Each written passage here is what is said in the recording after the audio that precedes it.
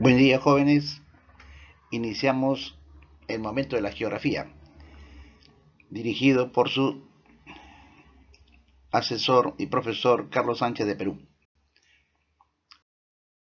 Jóvenes, esta breve exposición está dirigida al Colegio Mayor Sistema San Marcos para los alumnos del segundo año de secundaria.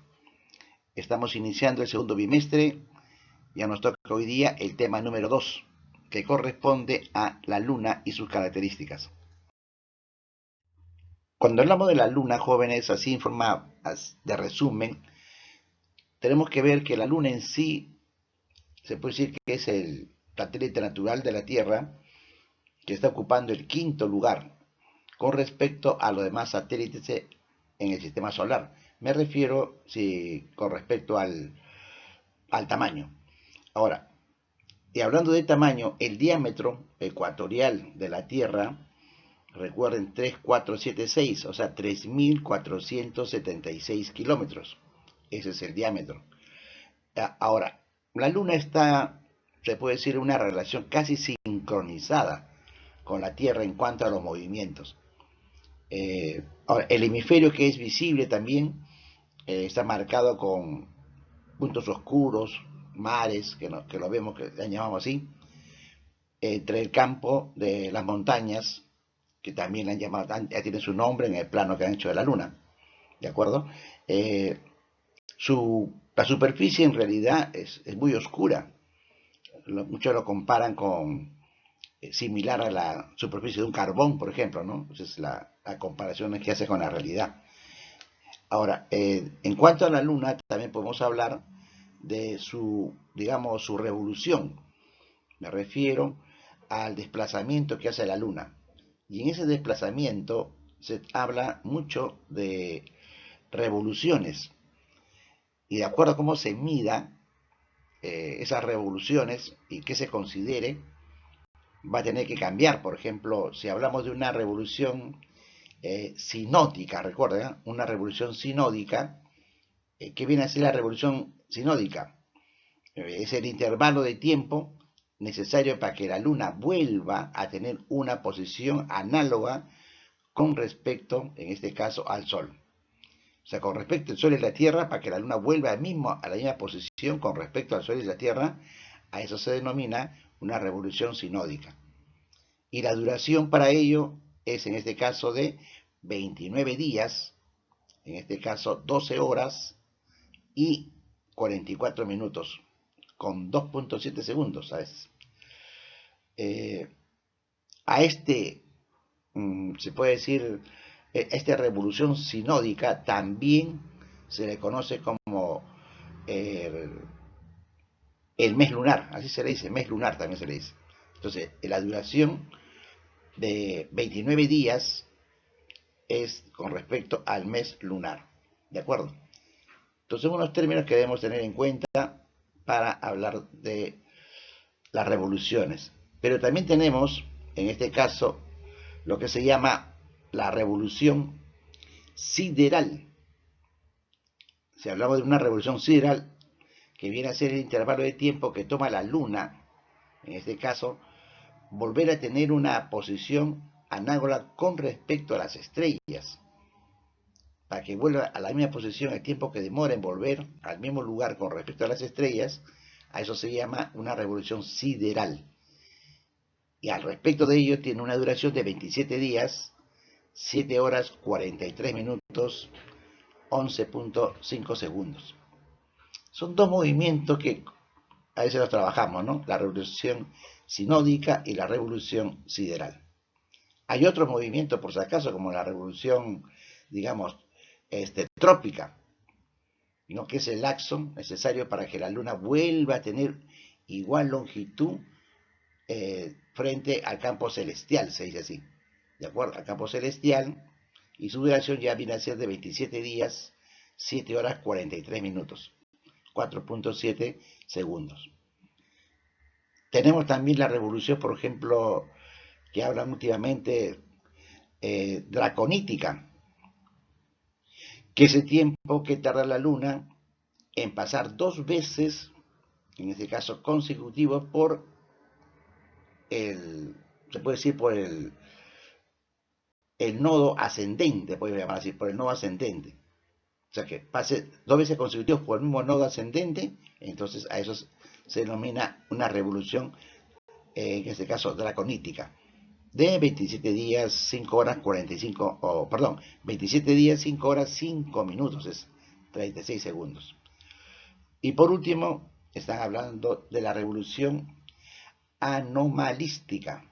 Recuerden, anomalística, que viene a ser el intervalo de tiempo que transcurre entre dos pasos consecutivos de la Luna por el perigeo, por ejemplo. Por el perigeo. Y su duración ahí sería de 27 días, 13 horas, 18 minutos.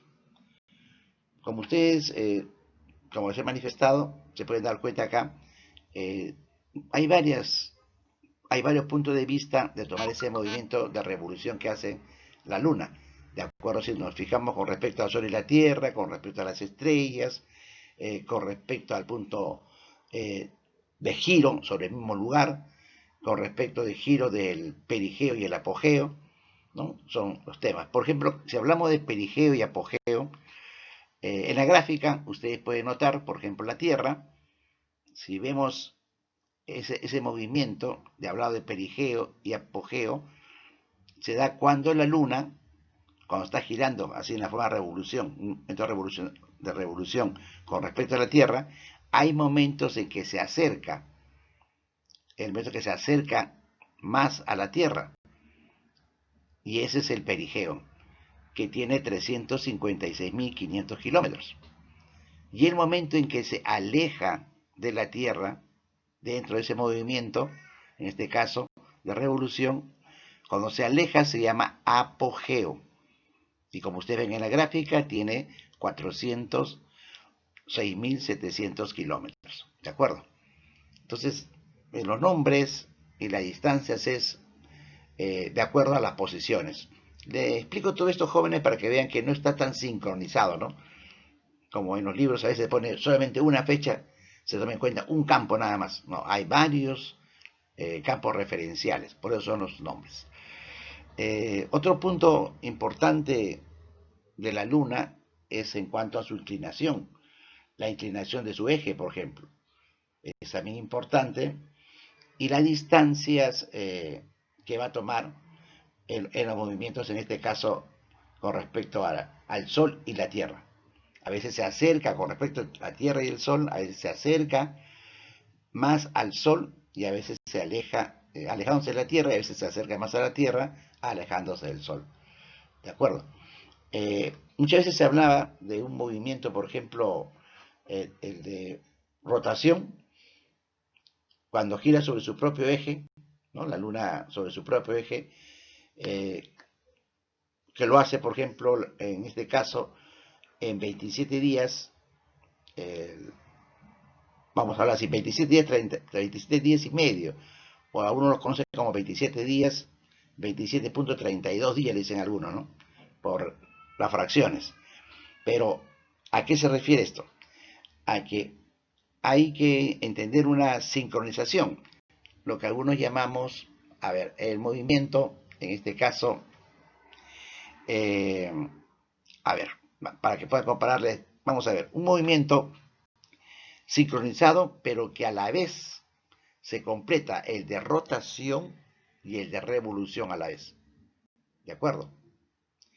Entonces, eso quiere decir que la Tierra da una vuelta completa alrededor de la Luna da una vuelta completa alrededor de la Tierra en el mismo tiempo que da un movimiento sobre su propio eje. ¿De acuerdo? Entonces, a eso le llamamos isoncronismo lunar. Iso, igual. O sea, dos movimientos en el mismo tiempo. ¿De acuerdo? O sea, no está separado. Así conforme termina su movimiento de rotación, como ha terminado su movimiento de revolución. Por esa razón es que a nosotros solamente le vemos de acuerdo al campo, le vemos solamente una cara. No vemos la otra cara de de la luna. Siempre estamos así, en esa forma. La parte que llevamos una cara es cuando hablamos de la luna llena, ¿no? La luna llena, vemos la luna llena, ya. Pero cuando está dando la espalda, está pues entre la Tierra y el Sol. Entonces, esa es la diferencia entre la Tierra y el Sol. Como ha dado el mismo, ahí vemos la parte, solamente la parte, pero no se ve, ¿no? La parte, nos está dando la parte oscura de la Luna. ¿Y por qué digo la parte oscura? Porque es así, la Luna, así, dos caras, puedo decir así, dos partes. Una parte que siempre, siempre le da el Sol. Y la otra parte que no le da el Sol, en ningún momento le da el Sol. Porque justamente hace su movimiento así sincronizado, de tal manera que la parte oscura de la Luna es la parte donde nunca llegan los rayos solares. Y la parte visible de la Luna es donde siempre llegan los rayos solares. ¿De acuerdo? Entonces, a eso también recuerden en nombres, ¿no? Para sus exámenes le llaman isocronismo lunar. Bien, entonces aquí les he explicado lo que es el perigeo, el apogeo. Otro punto importante es que en ese movimiento que da, le digo, la Luna alrededor de la Tierra, movimiento de revolución, se presentan algunas, digamos, vistas que se han concretado en tres, lo que común llama a veces la fase de la Luna. Como ustedes pueden ver en la gráfica, si partimos, por ejemplo, de la Luna nueva, es cuando la Luna se pone en posición entre el Sol y nosotros. O sea, la Luna está entre el Sol y la Tierra. Nosotros solamente de acá de la Tierra podemos, lo que decía, ver o imaginar la parte oscura de la Luna.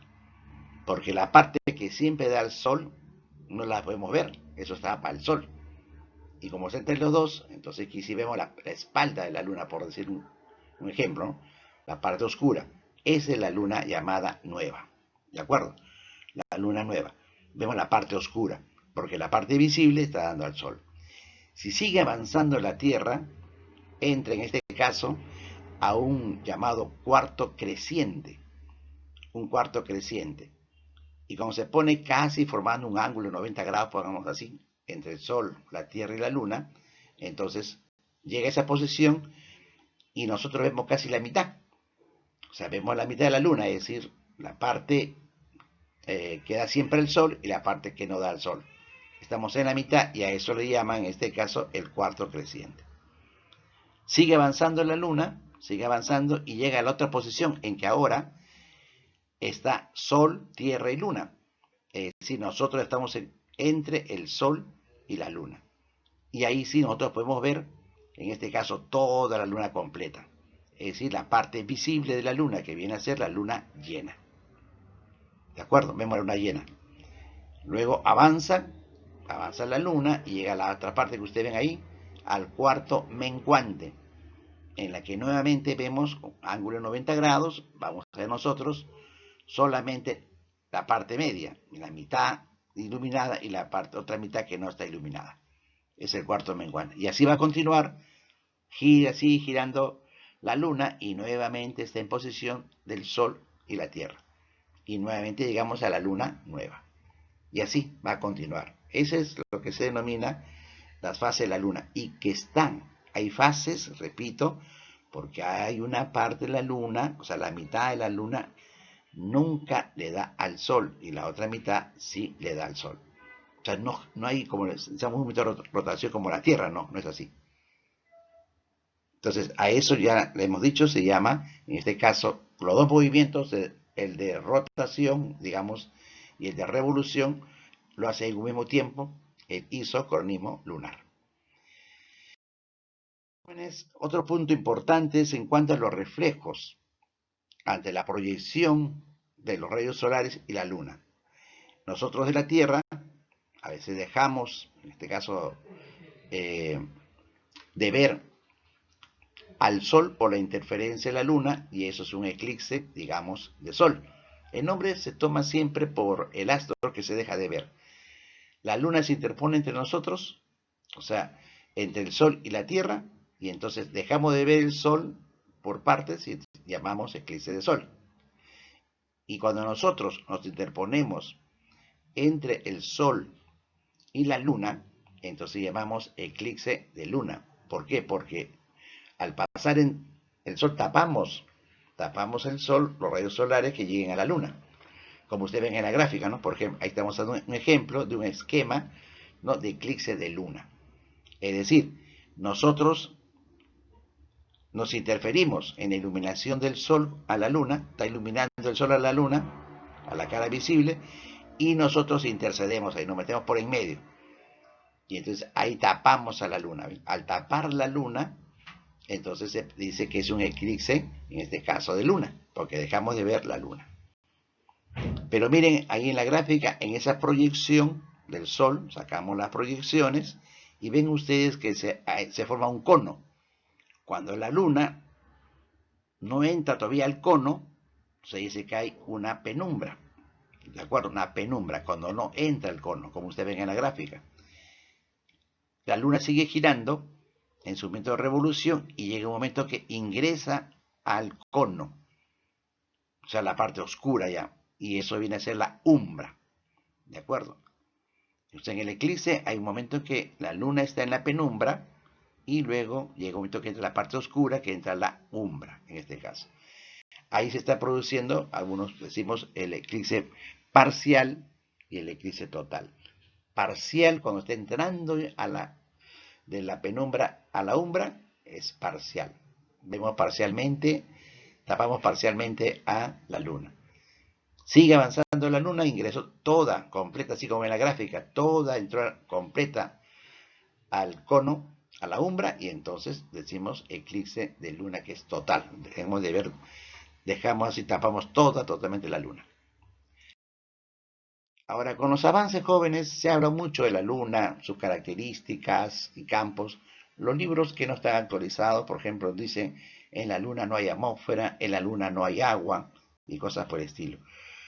Ya hemos tenido varios reportes de la NASA, nos dan las características actualmente, se puede decir, ya un poco más públicas, ¿no?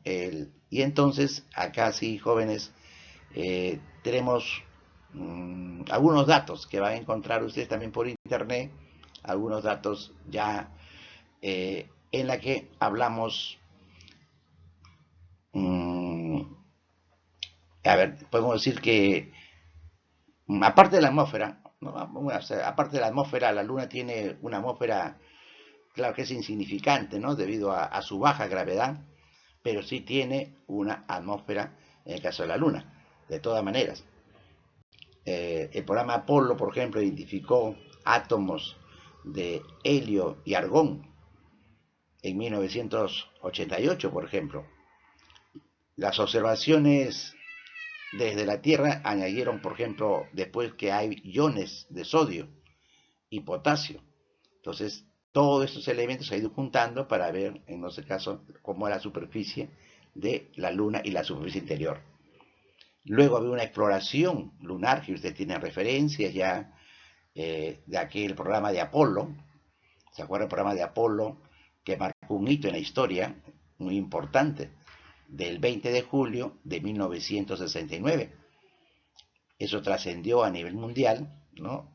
En donde el astronauta Neil Armstrong se convirtió en el primer hombre que pisaba la Tierra, ¿no? Perdón, la Luna. Primer hombre que pisaba la Luna. Y a partir de ahí, del Apolo 11 que llamamos nosotros, ha habido otros, digamos, descubrimientos, otros aportes que se han tomado y que ya nos da a entender, por ejemplo, hace poco la NASA informa cuando uno de los artefactos, llega a caer en uno de los cráteres que llaman mares, por ejemplo, en parte de mar, y levantó, como decir ahora aquí, como tipo polvareda hacia arriba, y el informe de la NASA nos dice que ahí comprobaron que al fondo, o sea, de esa capa, así como hicimos acá un fango, ¿no? Ahí en una capa hay agua.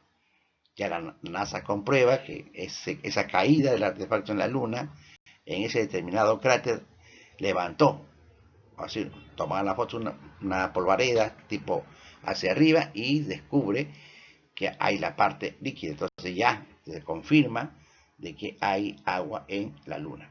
Bueno, pero como les repito, hay que estar al tanto de los informes que da la NASA, algunos reservados y otros ya amplios, ¿de acuerdo? A otros nos sirve eso como referencia.